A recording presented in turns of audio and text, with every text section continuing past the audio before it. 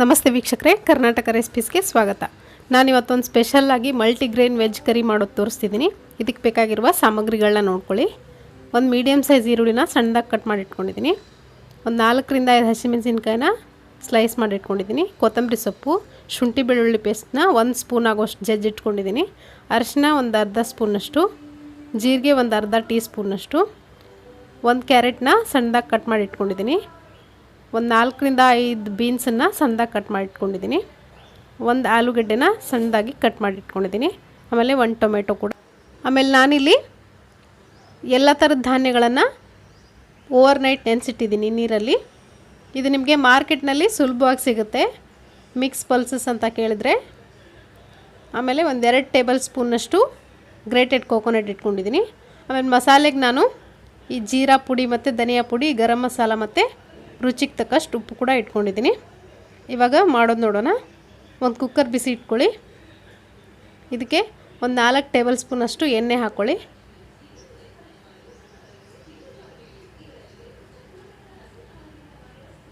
So ಎಣ್ಣೆ ಕಾದ್ಮೇಲೆ ಇದಕ್ಕೆ ಒಂದು ಅರ್ಧ ಟೀ ಸ್ಪೂನ್ನಷ್ಟು ಜೀರಿಗೆ ಹಾಕ್ಕೊಳ್ತಿದ್ದೀನಿ. ಆಮೇಲೆ ಶುಂಠಿ ಬೆಳ್ಳುಳ್ಳಿ ಪೇಸ್ಟನ್ನು ಹಾಕ್ಕೊಳ್ತಿದ್ದೀನಿ. ಶುಂಠಿ ಬೆಳ್ಳುಳ್ಳಿ ಪೇಸ್ಟನ್ನ ಆದಷ್ಟು ಜಜ್ಜಿ ಹಾಕ್ಕೊಳ್ಳಿ, ಚೆನ್ನಾಗಿರುತ್ತೆ. ಇದು ಸ್ವಲ್ಪ ಹಸಿ ವಾಸನೆ ಹೋಗೋವರೆಗೂ ಚೆನ್ನಾಗಿ ಫ್ರೈ ಮಾಡ್ಕೊಳ್ಳಿ.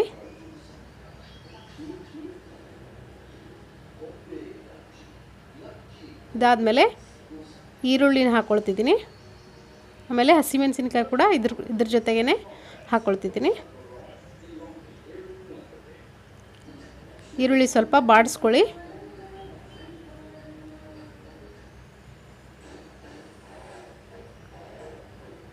ಆಮೇಲೆ ಇದಕ್ಕೆ ಅರಿಶಿನ ಪುಡಿ ಹಾಕ್ತಿದ್ದೀನಿ, ಒಂದು ಅರ್ಧ ಸ್ಪೂನಷ್ಟು. ಜೊತೆಗೇ ಈ ಟೊಮೆಟೊ ಕೂಡ ಹಾಕ್ಕೊಳ್ತಿದ್ದೀನಿ. ಟೊಮೆಟೊ ಮತ್ತು ಈರುಳ್ಳಿ 2 ಸೇರಿ ಗ್ರೇವಿ ಥರ ಚೆನ್ನಾಗಿ ಫ್ರೈ ಆಗಬೇಕು, ಅಲ್ಲಿವರೆಗೂ ಫ್ರೈ ಮಾಡಿಕೊಂಡು ಇದಕ್ಕೆ ಆಲೂಗಡ್ಡೆ ಹಾಕ್ಕೊಳ್ತಿದ್ದೀನಿ ಇವಾಗ.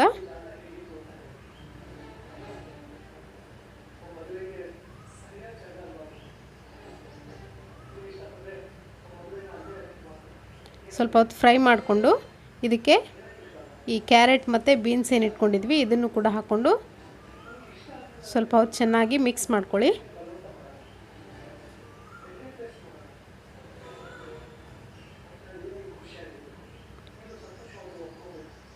ಸೊ ಇದಕ್ಕೆ ಇವಾಗ ನಾನು ಈ ಓವರ್ನೈಟ್ ನೆನೆಸಿಟ್ಟಿರೋ ಎಲ್ಲ ಗ್ರೇನ್ಸನ್ನು ಹಾಕ್ಕೊಳ್ತಿದ್ದೀನಿ. ತುಂಬ ಚೆನ್ನಾಗಿರುತ್ತಿದು. ಇದು ಫಸ್ಟ್ ಟೈಮ್ ಯೂಟ್ಯೂಬ್ನಲ್ಲಿ ಅಂತ ಅಂದ್ಕೊಂಡಿದ್ದೀನಿ. ಸೊ ತುಂಬ ಚೆನ್ನಾಗಿರುತ್ತೆ, ನೀವು ಕೂಡ ಮನೆಯಲ್ಲಿ ಖಂಡಿತ ಟ್ರೈ ಮಾಡಿ. ಇದೆಲ್ಲ ಹಾಕ್ಕೊಂಡು ಚೆನ್ನಾಗಿ ಮಿಕ್ಸ್ ಮಾಡ್ಕೊಳ್ಳಿ.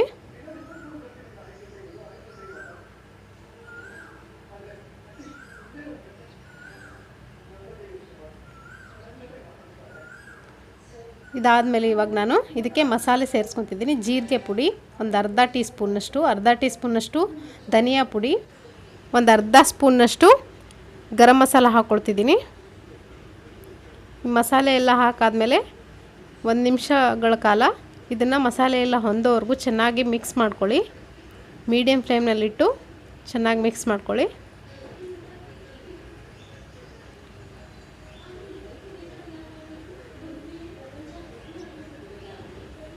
ಇವಾಗ ಇದಕ್ಕೆ ರುಚಿಗೆ ತಕ್ಕಷ್ಟು ಉಪ್ಪು ಹಾಕ್ಕೊಳ್ತಿದ್ದೀನಿ. ಉಪ್ಪು ಹಾಕಾದ್ಮೇಲೆ ಇದನ್ನು ಸ್ವಲ್ಪ ಹೊತ್ತು ಚೆನ್ನಾಗಿ ಫ್ರೈ ಮಾಡ್ಕೊಳ್ಳಿ.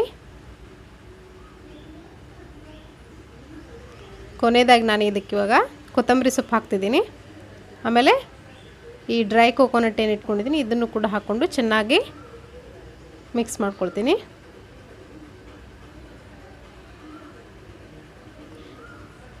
ನೀವು ಬೇಕಿದ್ದರೆ ಈ ಮಿಕ್ಸ್ ಗ್ರೇನ್ ಇದೆ ಇದನ್ನು ಕುಕ್ಕರ್ನಲ್ಲಿ ಮೊದಲೇ ಕೂಗಿಸ್ಕೊಂಡು ಒಂದು 4 ರಿಂದ 5 ವಿಷಲ್ ಕೂಗಿಸ್ಕೊಂಡು ಈ ಥರ ಪಾತ್ರೆಯಲ್ಲಿ ಕೂಡ ಮಾಡ್ಕೊಳ್ಬೋದು. ನಾನಿವಾಗ ಕುಕ್ಕರ್ನಲ್ಲಿ ಮಾಡ್ಕೊಳ್ತಿದ್ದೀನಿ. ಕುಕ್ಕರ್ನಲ್ಲಿ ಮಾಡಿದರೂ ಕೂಡ ತುಂಬ ಚೆನ್ನಾಗಿರುತ್ತೆ ಟೇಸ್ಟು. ನೋಡಿ, ನಾನಿವಾಗ ಇದಕ್ಕೆ ಒಂದು 2 ಕಪ್ನಷ್ಟು ನೀರು ಕೂಡ ಹಾಕ್ಕೊಂಡೆ.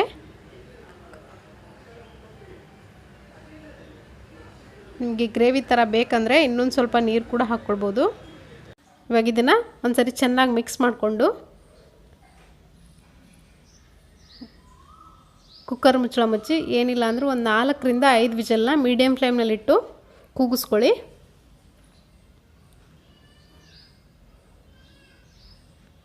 ನೋಡಿ ನಾನಿವಾಗ ಒಂದು 5 ವಿಷಲ್ ಕೂಗಿಸ್ಕೊಂಡಿದ್ದೀನಿ. ಇದನ್ನು ತೆಗೆದು ನೋಡೋಣ.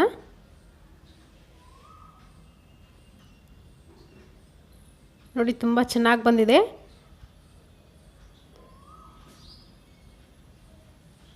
ಒಂದ್ಸರಿ ಈ ಥರ ಮಿಕ್ಸ್ ಮಾಡಿಕೊಂಡು ಇದನ್ನು ಸರ್ವ್ ಮಾಡ್ಕೊಳ್ಬಹುದು.